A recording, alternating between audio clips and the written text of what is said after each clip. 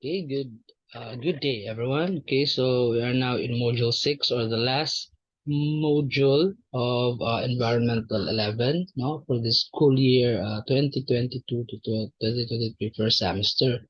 So in this module, you will examine the complexities of policy making and implementation in response to the changing environment at the national and international levels. So you will also deliberate how crucial political and educational systems and national pride and interests are in shaping our youth's mind to become catalysts for environmental reforms towards transitioning to a sustainable environment. Okay, so now, what do we mean by by environmental policy? So environmental policy includes policies, practices, and laws designed to protect human health and well-being, natural resources, and environmental quality. Theoretically, in a democratic in a democratic system, these policies are established through negotiation and compromise, no? And open debates allows all voices to be heard. And policy decisions promote collective well-being. So elected representatives defend the policies they think will benefit their constituents. So if you are able to able to participate in the election, no, you must choose a representative, national and local, that would benefit the betterment of uh, everybody, no, not just those who are in power or who are close to who's in power.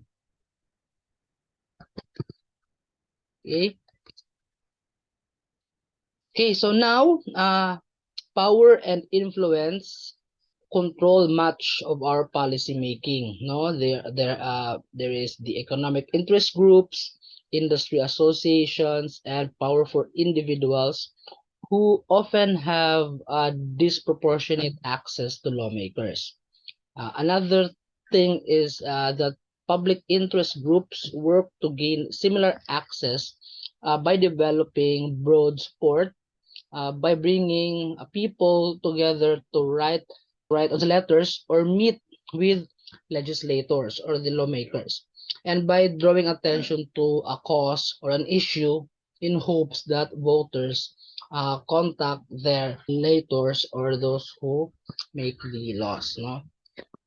So for example, if this is to lang mga um conferences together with your LGUs, you know, open discussion, and then and even sometimes na mag sa rally, no,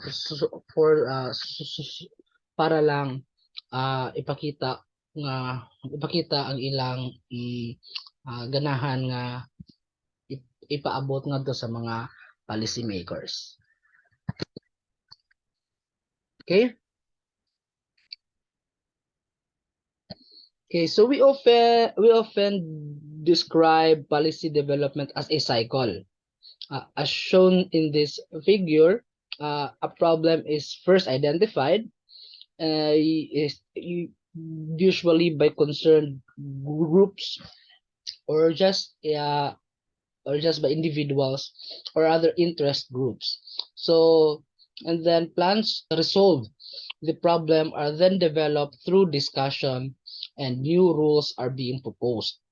Next is popular support is built to gather votes for the new rule.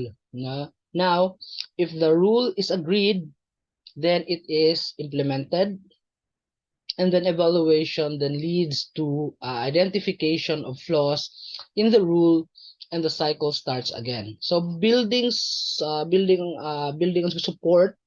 is the building support is the central policy development.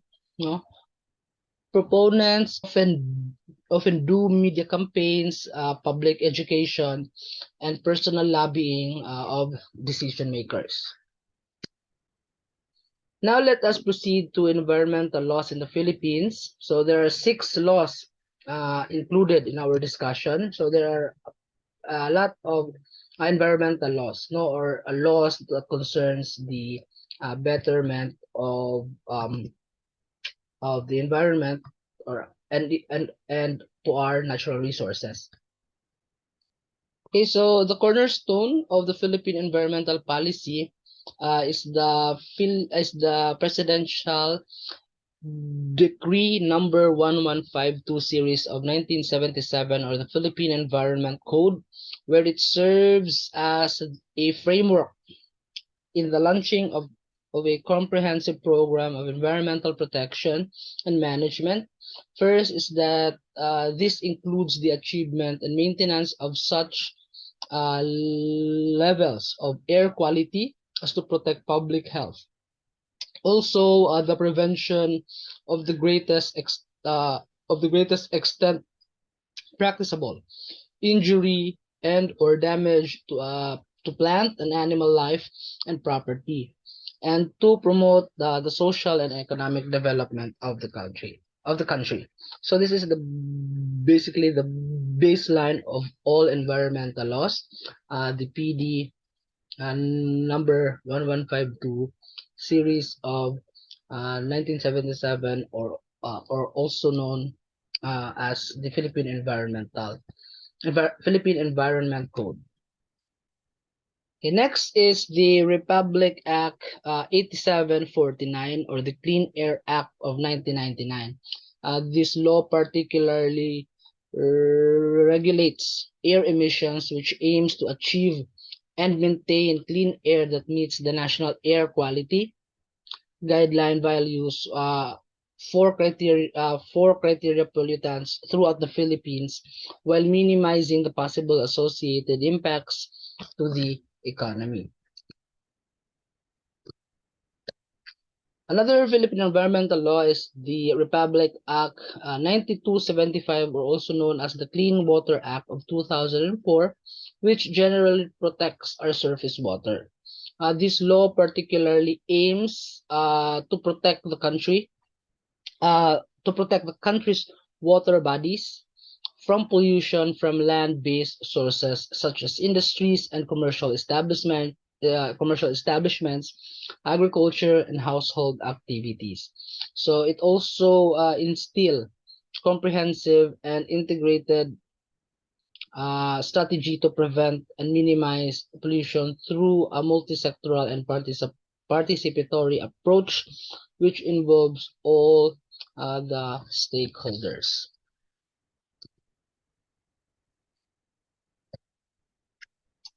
We also have environmental law, which is the Republic Act 9147, or the Wildlife Resources Conservation and Protection Act of 2001, which generally aims to protect wildlife.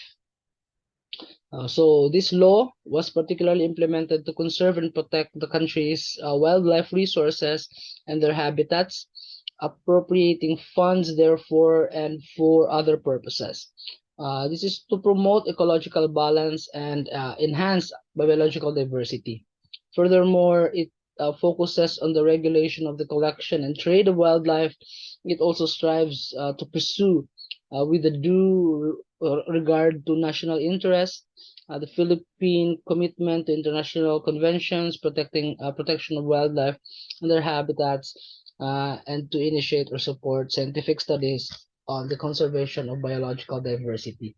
So later on in the discussion, we will mention some of the international conventions that the Philippines are included, or um, the Philippine government has made a promise, to protect its wildlife uh, wildlife inhabitants. Next is we have the Republic Act 6969, or also known as the Toxic Substances, Hazardous and Nuclear Waste Control Act of 1990, which addresses hazardous sites. So again, we already have discussed, the different pollutants, and one is hazardous waste. No, this is not which is not included as, or which is not described as solid waste, but a different type of waste. So this law aims to regulate, restrict, or prohibit the importation, manufacture, processing, sale, distribution, use, and disposal of chemical substances and mixtures which present unreasonable risk to human health. It likewise prohibits the entry, even in transit, of hazardous and nuclear waste and their disposal into the Philippine territorial limits for whatever purpose. So, and to provide advancement and facilitate research and studies on toxic chemicals. Lastly, we have the Presidential Decree number 1586, or the Environmental Impact Statement of 1978, which seeks to balance between socio-economic development and environmental protection. So the Environmental Impact Assessment System was formally established in 1978 with the enactment of Presidential Decree number 1586, to facilitate the attainment and maintenance of rational and orderly balance between socio-economic development and environmental protection. So EIA, or the Environmental Impact Assessment, is a planning and management tool that will help government decision makers, the proponents, and the affected community address the negative consequences or risks on the environment. The process assures the implementation of environment friendly project as well. So every time there is a proposed project now for especially infrastructures, and an environmental impact assessment is needed uh, to be able for that infrastructure to be built. So it studies the impact of the project to the environment, and to uh, and also to the people surrounding the project area. So it is very important, so that the government can evaluate, no, the pros and cons of that certain project. So ilan na siya i-weigh if the impact is much greater than its benefits. Okay, so now let's aside from the major Philippine environmental laws, we have major international policies as well regarding environmental wellness.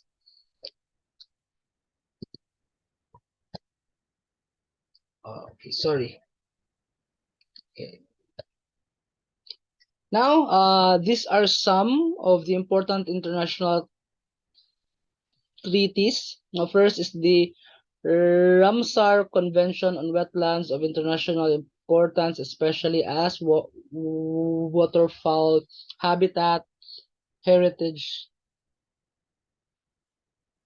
treaty, which is a convention concerning the protection of the world cultural and natural heritage. We also have the CITES, which is a convention on international trade on endangered species of wild fauna and flora. Another one is the CMS Treaty, or the Convention on the Conservation of Migratory Species of Wild Animals. And then the Ozone Treaty, which is a Vienna Convention for the protection of the ozone layer, and Montreal Protocol on substances that deplete the ozone layer. we have the Basel Treaty, which is the Basel Convention on the Transboundary Movements of Hazardous Waste and their disposal. Then we also have CBD, particularly means the Convention on Biological Diversity and UNFCCC, which means United Nations Framework Convention on Climate Change. And lastly, the CCD, or the treaty, CCD treaty, or the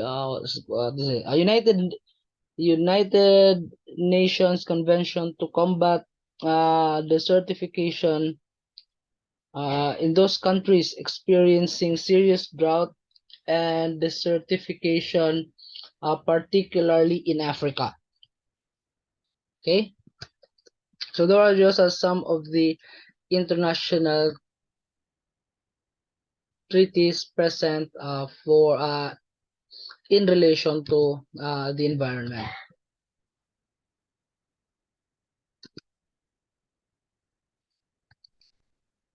Okay.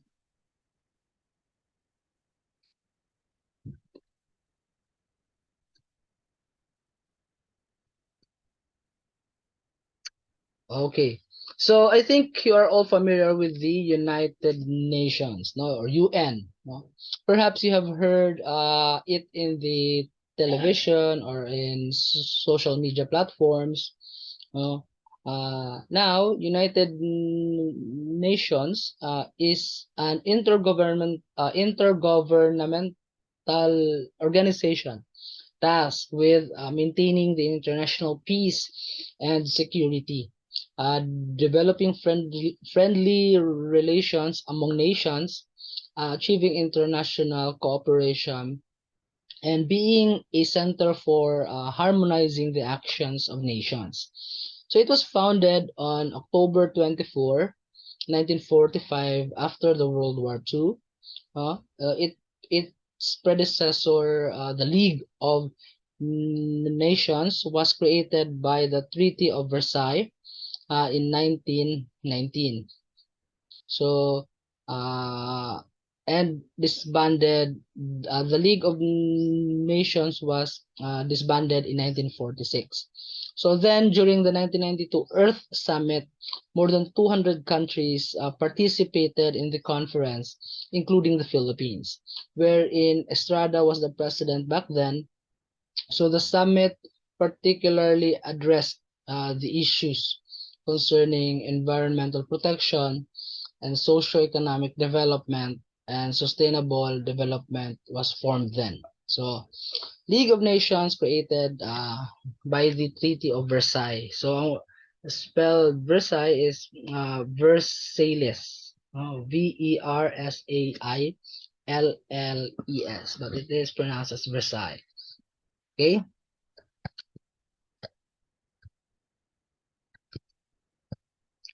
Now, sustainable development aims to meet the needs of people today without compromising resources and environmental systems for future generations. So, according to the former World Health Organization director, Gro Harlem Brundtland, this idea became widely publicized after the 1992 Earth Summit, a UN meeting held in Rio de Janeiro, Brazil. So the word sustainable development was then widely used and is currently being used. No, so if you have heard of the SDGs, so I think the term back then was still is now being used. Is still being used. So this is the SDG, or the Sustainable Development Goals. So the United Nations Millennium Development Goals are 8 goals that all 191 United Nation member states have agreed to try to achieve by the year 2015. The United Nations Millennium Declaration, signed in September 2000 commits world leaders to combat poverty, hunger, disease, illiteracy, environmental degradation, and discrimination against women. The MDG are derived from this declaration, and MDG stands for Millennium Development Goals. So this MDG are derived from this declaration, and all have specific targets and indicators. Now, on January 1, 2016, the the 17 Sustainable Development Goals of the 2030 Agenda for Sustainable Development, adopted by world leaders in September 2015 at an historic UN summit. It officially came into force. So over the next 15 years, with these new goals that universally apply to all, countries will mobilize efforts to end all forms of poverty, fight inequalities, and tackle climate change while ensuring that no one is left behind. So the SDGs, also known as the global goals, build on the success of the Millennium Development Goals, and aim to go further to end all forms of poverty.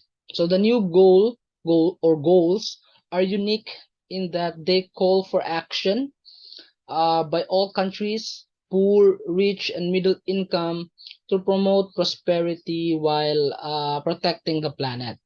So these countries recognize that ending poverty must go hand in hand with strategies that build economic growth and addresses a range of social needs, including education, health, social protection, and job opportunities, while tackling climate change and environmental protection. So while the SDGs are not legally binding, governments are expected to take ownership and establish national frameworks for the achievement of the 17 goals.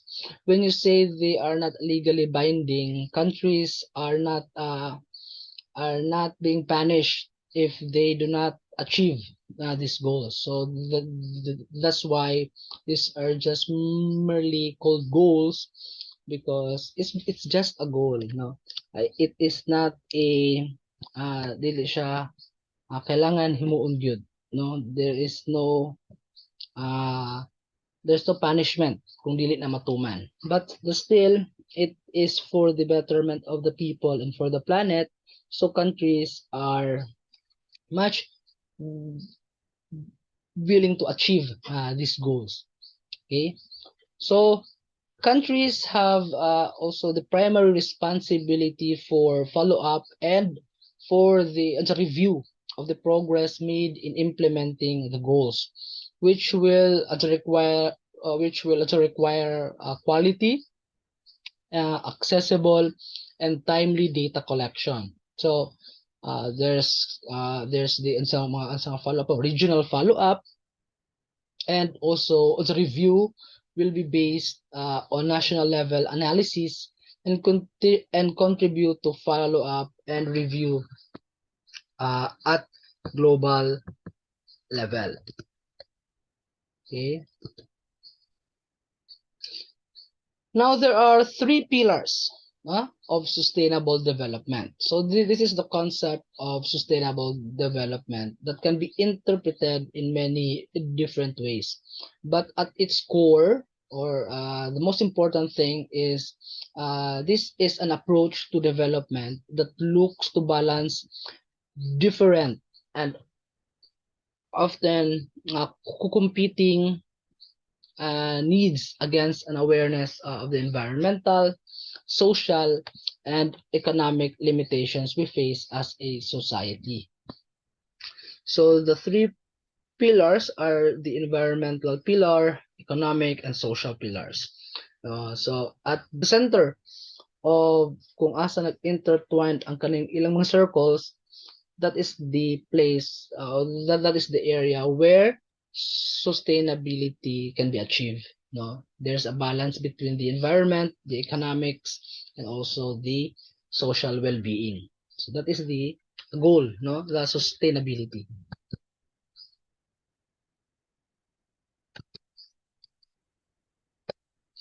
Okay, now there are some of the points in order to attain sustainable development. First is to combat poverty, because poverty particularly reduces the access to healthcare, education, and other essential components of development. Second is reducing resource consumption is a global consideration. But wealthy regions or mga kwartahan regions are responsible for most of the world's consumption. For example, the United States and the other mga Western countries have less than 15% of the world's population, but these regions consume about half of the world's metals, food, energy, and other resources. Third is that population growth leads to ever greater resource demands, because all people need some resources. Okay, so better family planning should be done, and ensuring that all children are wanted is a matter of justice, resource supply, and economic and social stability for states as well as for families. Fourth is that healthcare, especially for children and mothers. This is essential for a productive life.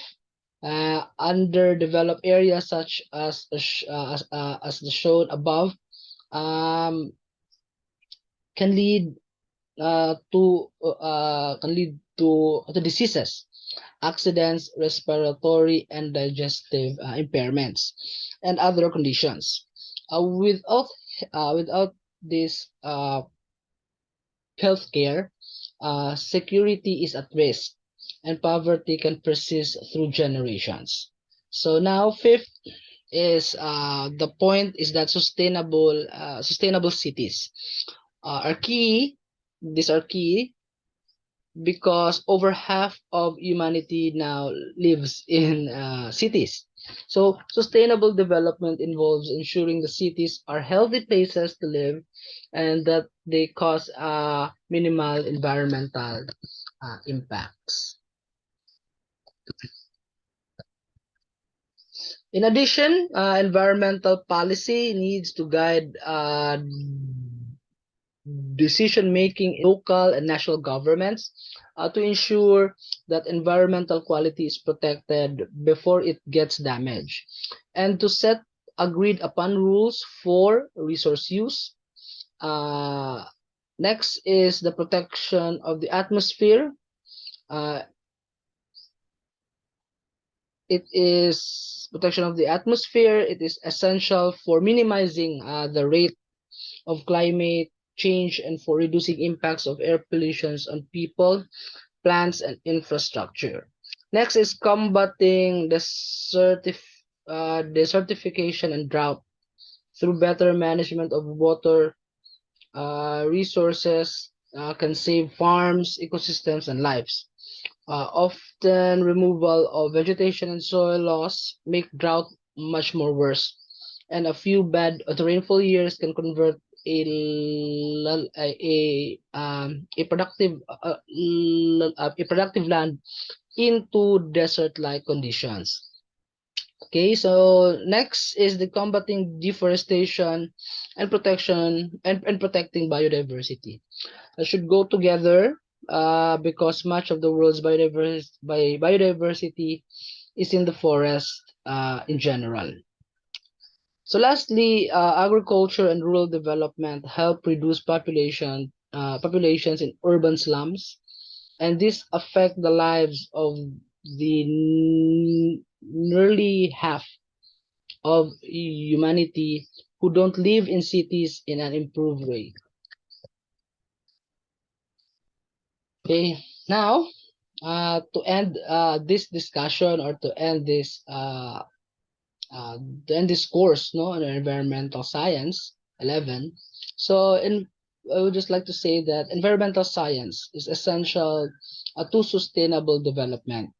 It is because it helps us, it helps us people, students, to understand how environmental systems work, how they are degraded, and what factors can help restore them.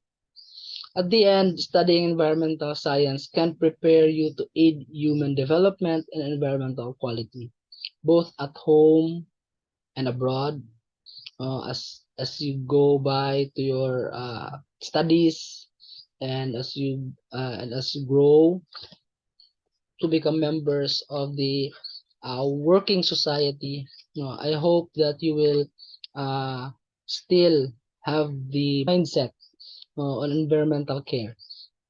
Okay, so you will have the uh, y- probably you will have you will become policy makers, no, and you will have better policies to make, and then you also can have you can also have resource protection and planning. So I think that is all sa atong environmental science, and thank you for listening again. um and I think we will meet, I will just announce, no, for the para sa atong final exams. Okay, so goodbye and have a nice day.